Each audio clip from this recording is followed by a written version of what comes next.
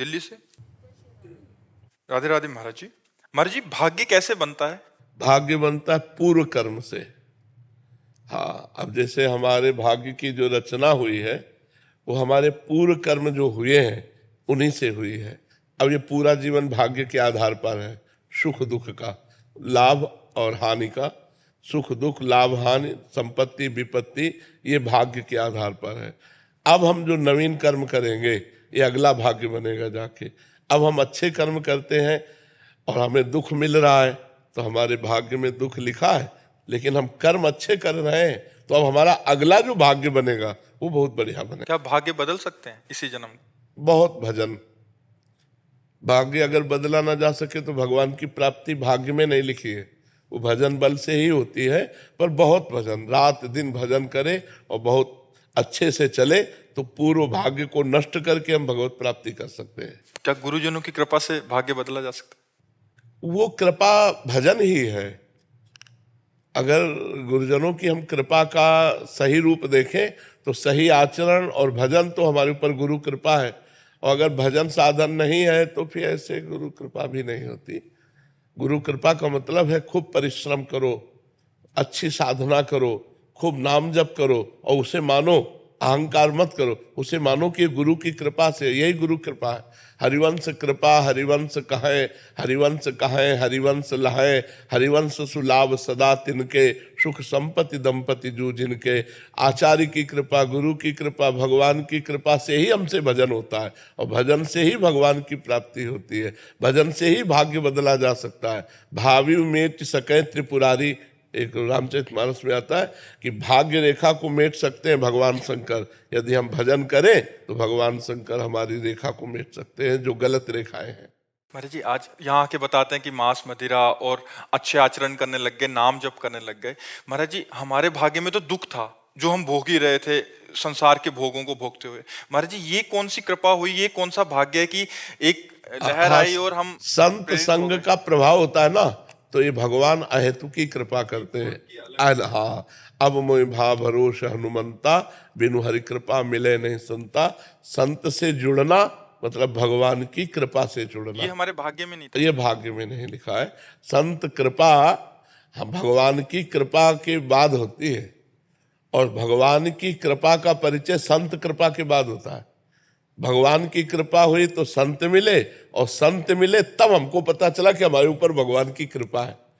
विभीषण जी के पास जब हनुमान जी मिले ना, तभी तो उनको भरोसा हुआ। अब मोहि भाव भरोसा हनुमंता, बिनु हरि कृपा मिले नहीं संता। जो प्रभु मोहि अनुग्रह कीन्हा, तो तुम्हारी दरस दीना। आज संत दर्शन हुए तो पता चला हमारे ऊपर हरि की कृपा है। हरि की कृपा से संत दर्शन, और संत दर्शन संत कृपा से हरि की कृपा का अनुभव होता है। बिना भगवान की कृपा के सत्संग सुनने को नहीं मिलेगा, और सत्संग की कृपा के बिना सुधार नहीं होता। आज तक किसी का भी मत कीरति गति भूति भलाई, जब जे जतन जहां जे पाई, सो जानो सत्संग प्रभाव, लोकहु वेद न आन उपाऊ। लोक में वेद में कोई और उपाय नहीं है, सत्संग से गिरे हुए भी प्राणी को महान बना देता। सत्संग गिरे से गिरे हुए प्राणी को महान बना। जो हिंसा करते थे, चोरी करते थे, जो सतमार्ग से नहीं बिल्कुल चलते थे, वो भी जब संत समागम में आए तो महात्मा बन गए। ऐसे कितने चरित्र बने हुए। तो संत समागम ही हमारे जीवन को उत्थान की तरफ ले जाता है। पर संत समागम उसी को मिलता है जो भगवान की कृपा का पात्र बन जाता है। जब भगवान कृपा, जब द्रवहि दीन दयालु राघो, तो साधु संगति पाइए। जब भगवान द्रवित होते हैं तो संत समागम मिलता है। जब संत समागम मिलता है तो हम अपनी बुराइयों को त्याग कर अच्छाइयों को ग्रहण करके चलते हैं। जब अच्छाइयों पे चलते हैं तब लगता है हमारे ऊपर भगवान की बड़ी कृपा है। महाराज जी, ये तो नए भाग्य की रचना हो गई, ऐसा लग रहा है। बिल्कुल बिल्कुल, हाँ बिल्कुल बिल्कुल। सत्संग में तभी तो मत कीरति गति भूति भलाई, जब जे जतन जहां जे पाई, सो जानो सत्संग प्रभाव।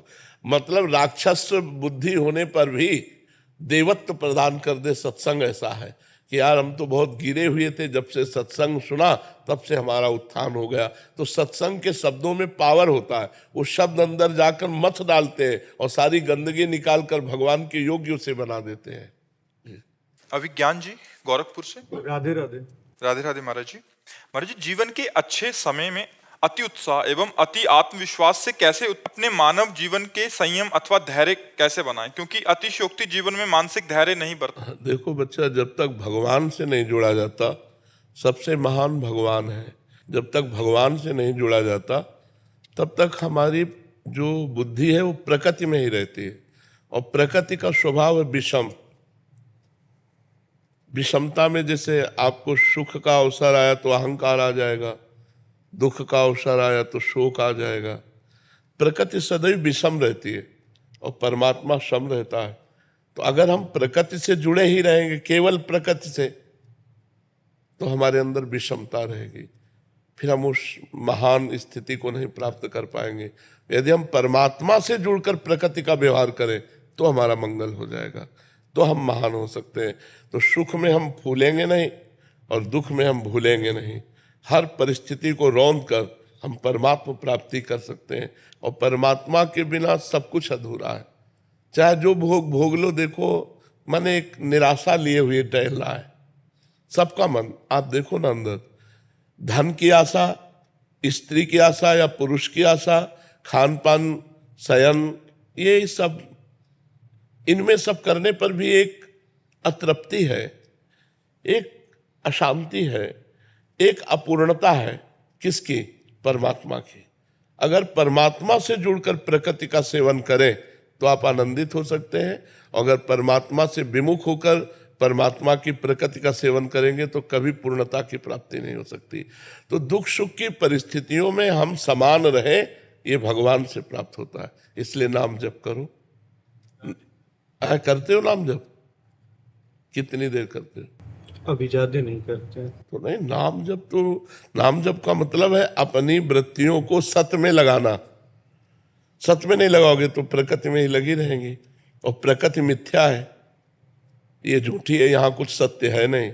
चाहे जो पद हो, चाहे जो प्रतिष्ठा हो, चाहे जितना रुपया हो, चाहे जितनी भोग सामग्री है, मरना हो जाए अभी तो सब यहीं पड़ा रहेगा।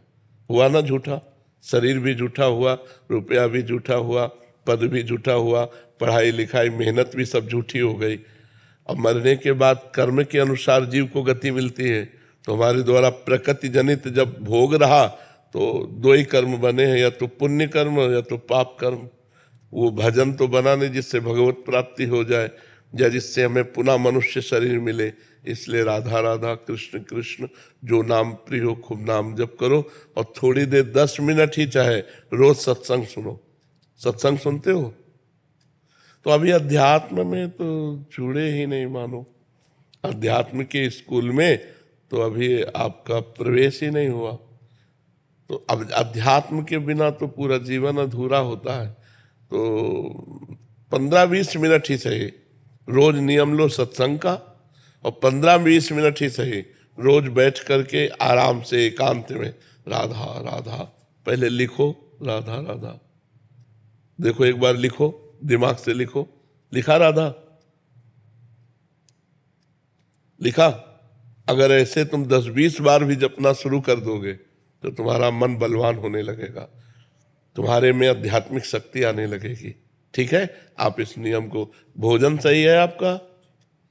कोई गंदा पेय पदार्थ तो नहीं पीते? हाँ, तो बस ठीक है।